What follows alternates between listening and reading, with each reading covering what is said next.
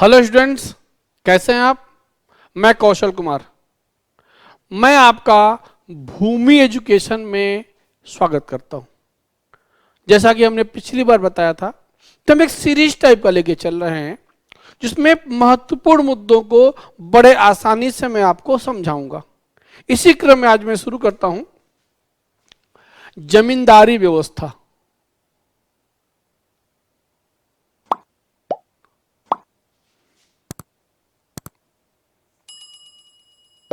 ठीक है, देखिए जो जमींदारी व्यवस्था है इसका एक नाम और भी है। इसे स्थायी बंदोबस्त भी कहते हैं, परमानेंट सेटलमेंट।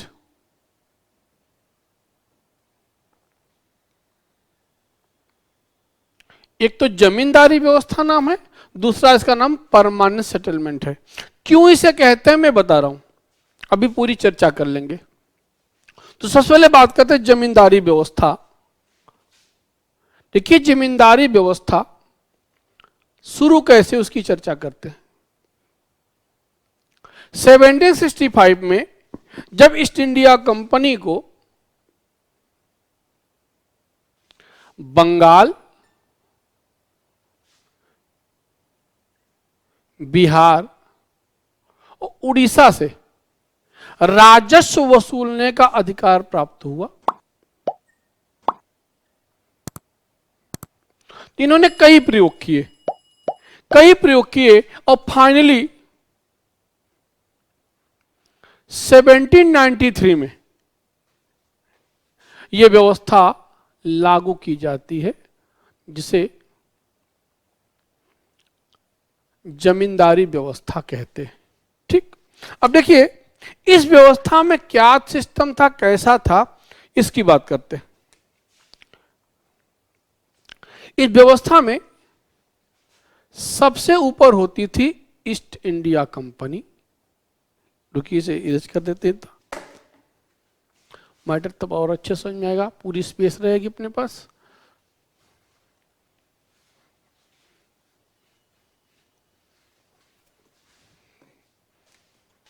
इस व्यवस्था में सबसे ऊपर थी ईस्ट इंडिया कंपनी, जो कि भूमि की वास्तविक मालिक थी।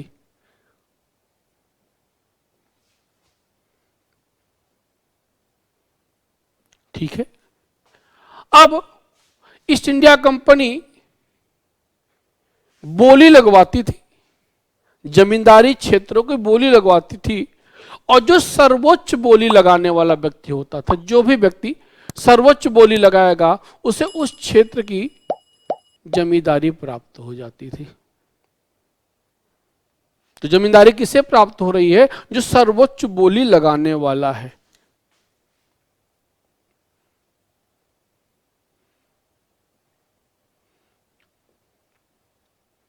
क्लियर है? तो देखिए जो जमींदार सर्वोच्च बोली लगा रहा है वो अस्थाई मालिक है,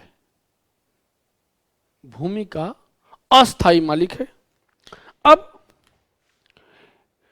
जमींदार को किसानों से राजस्व वसूल करना होता था। तो जो जमींदार है वो किसान से इनकी उपज का, इनका जितना ग्रास प्रोडक्शन है उसका 50% कर के रूप में लेगा। ठीक है, उस 50% को लेने के बाद उसका 1/11 भाग जमींदार रखेगा और बाकी 10/11 भाग जमींदारी ईस्ट इंडिया कंपनी को पहुंचा देगा। ठीक है, एक बात और देखिए, ये जो राजस्व ईस्ट इंडिया कंपनी को पहुंचता है इसमें दो टर्म्स थे। पहला, ये कैश में होना चाहिए, किसमें होगा? नगद में होगा। और दूसरा, ये पैसा इन्हें निश्चित तिथि को पहुंचना है।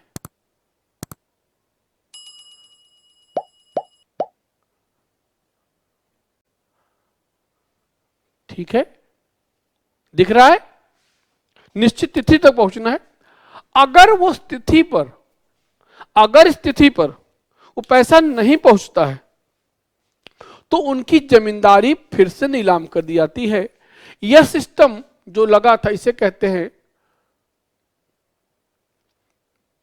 सूर्यास्त का नियम, सनसेट लॉ। मतलब अगर 1 जनवरी की डेट फिक्स है कि जमींदार ईआईसी को 1 जनवरी को पैसा देगा, तो 1 जनवरी को सूर्य अस्त होने से पहले जमींदार को ईआईसी को पैसा पहुंचाना ही पहुंचाना होगा। अगर वो नहीं पहुंचाता है तो सूर्यास्त के नियम से उसकी जमींदारी फिर से नीलाम कर दी जाएगी, किसी और को दे दी जाएगी। और दूसरी बात, पैसा जो देना है वो नगद देना है। क्लियर बात?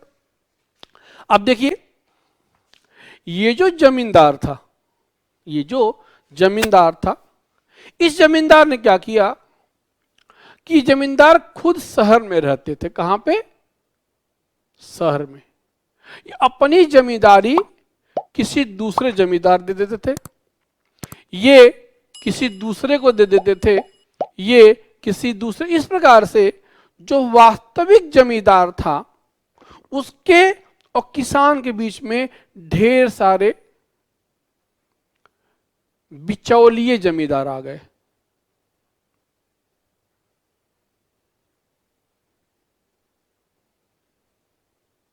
ठीक, अब देखिए ध्यान से, ये दूर शहर में रह रहा है लेकिन वास्तविक जिम्मेदारी तो इसकी थी जमींदारी की, इसलिए जब उस शहर में रह, इसे कहते हैं दूरवासी जमींदारी व्यवस्था। दूरवासी जमींदारी व्यवस्था। ये सारे टर्म्स बहुत इंपॉर्टेंट है।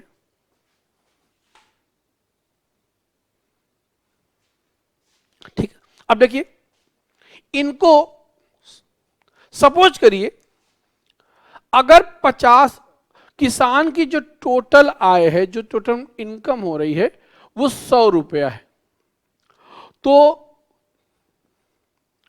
जमींदार इनसे 50 रुपया लेगा।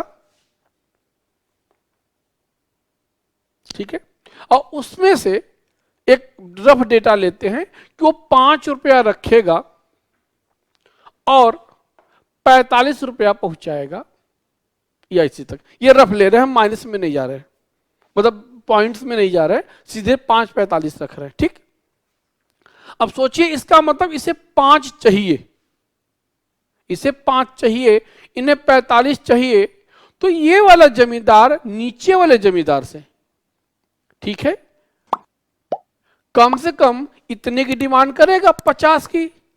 तो जब इसे 50 देना है तो नीचे वाले से ये वाला 51 की डिमांड करेगा, वो नीचे वाले से 52 की डिमांड करेगा, वो नीचे वाले से 53 की डिमांड करेगा। और साथ ही साथ तिथि भी घटती जाएगी, घटेगी।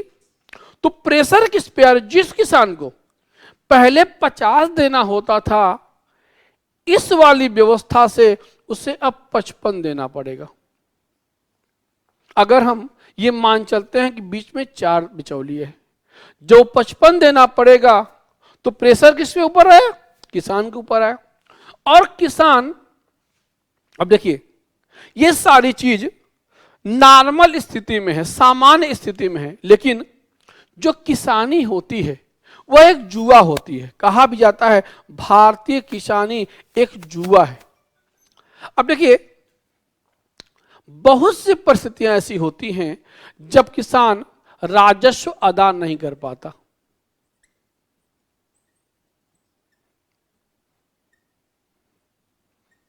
और जब अदा नहीं कर पाता है तो वो कर्जा लेता है, उधार लेता है। उस उधार पे वो चक्रवृद्धि ब्याज, कंपाउंड इंटरेस्ट पे करता है। और अगर वो ब्याज नहीं दे पाता है, अगर ब्याज देने में अक्षम होता है, तो उसकी जमीन पर साहूकार या जो भी है कब्जा कर लेते हैं।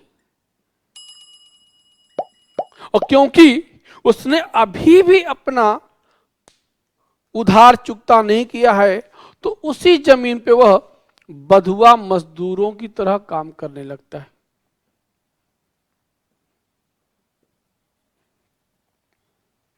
ठीक।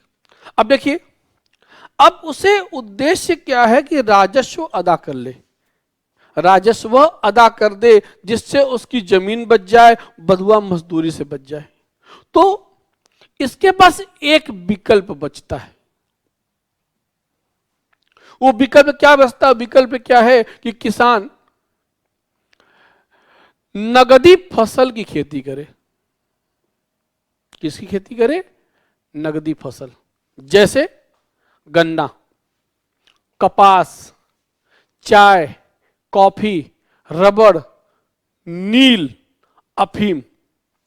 अब वो सिर्फ राजस्व अदा कर दे, इसके लिए अगर वह नगदी फसल की खेती करने लगता है तो देखिए होगा क्या। जब नगदी फसल खेती करेगा तो खाद्यान्न का उत्पादन कम होगा। खाद्यान्न उत्पादन कम होने से मार्केट में आपूर्ति कम होगी। आपूर्ति कम होने से मार्केट में मूल्य बढ़ जाएगा। ठीक। और दूसरी बात, जब वो नगदी फसल उगाएगा, जब वह नगदी फसल उगाएगा तो खाने के लिए क्या खाएगा? तो अनाज वह खरीदेगा। जब अनाज खरीदेगा तो अनाज की मांग बढ़ेगी। मांग बढ़ेगी, आपूर्ति फिर भी कम रहेगी और इससे भी मूल्य वृद्धि होगी। तब सब मिलाकर के यहां पे मूल्य वृद्धि हो रही है। एक और चीज देखिए इसी से जुड़ा हुआ, कि जब अनाज कम, मान लीजिए 2000 किसान टोटल हैं और 500 किसानों ने नगदी फसल उगानी शुरू कर दी, तो 25% तो कमी आई अनाज में, उससे रेट बढ़ेगा। दूसरी बात, पहले जो अकाल पड़ते थे, ठीक है, तो लोग अगर चावल उगा रहे हैं तो चावल के पास खाने के लिए होता था। लेकिन अब क्या हुआ? अब अकाल पड़ा और वो नगदी फसल उगा रहे हैं, तो उनके पास अकाल के दौरान खाने के लिए फसल नहीं है। इस समय जो अकाल पड़ते थे उसमें लाखों लोगों की डेथ होने लगी। इसीलिए इसे कहा गया मानव जनित अकाल।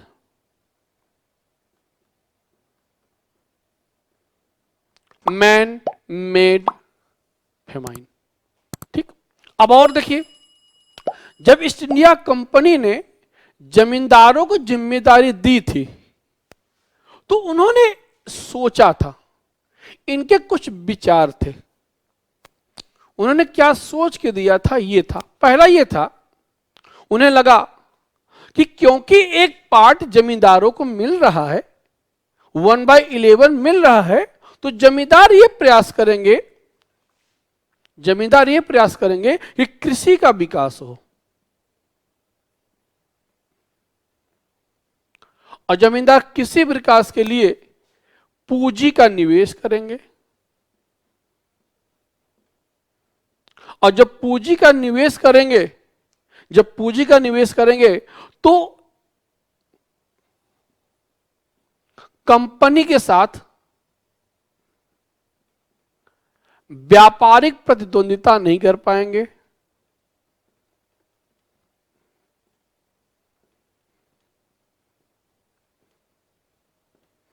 लेकिन यहां पर ये सारी बातें, विकास हुआ ही नहीं, ऊपर से जो जमींदार था वह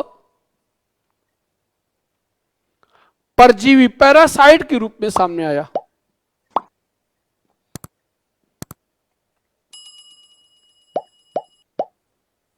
ठीक।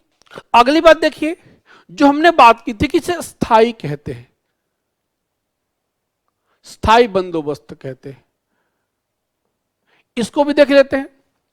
इस व्यवस्था में जो ये वाली रेट थी 1/11 जमींदार को लेना था, 10/11 EIC को मिलना था और 50% लेना था। इसकी दर फिक्स थी। स्थायी दर के आधार पे ही इसे अस्थायी बंदोबस्त कहते हैं। एक और बात, ये दर 10 से लेकर 40 वर्ष तक के लिए निश्चित थी। कितने वर्ष के लिए? 10 से लेकर 40 वर्ष के लिए निश्चित थी। मतलब यह दर फिक्स है कि किसान से 50% लिया जाएगा, 1/11% जमींदार रखेगा, 10% 11% EIC को मिलेगा। ये दर 1 से लेकर 10 से लेकर 40 वर्ष तक के लिए स्थायी थी। इसलिए इस व्यवस्था को अस्थायी बंदोबस्त भी कहते हैं। कहने का मतलब, कुछ लोग कहते हैं कि लंबे समय तक, नहीं, लंबे समय से मतलब नहीं है। जबकि अगर आप देखोगे तो महालवाड़ी व्यवस्था में भी 10 से 30 साल तक, रैयतवाड़ी व्यवस्था में भी 10 वर्ष से लेकर 30 वर्ष तक की व्यवस्था की गई थी। वही चीज यहां भी है, 1 से 40। लेकिन अस्थायी शब्द का तात्पर्य सिर्फ है कि जमींदार किसानों से 50% लेगा, उस 50% का 1/11 जमींदार रखेगा, 10/11 EIC को देगा। यह स्थायी था, इसलिए इस व्यवस्था को अस्थायी बंदोबस्त कहते हैं। यह पूरा सिस्टम है। इस सिस्टम के आधार पे बड़े आसानी से आप आंसर कर सकते हो, प्री हो चाहे मेंस। Thank you.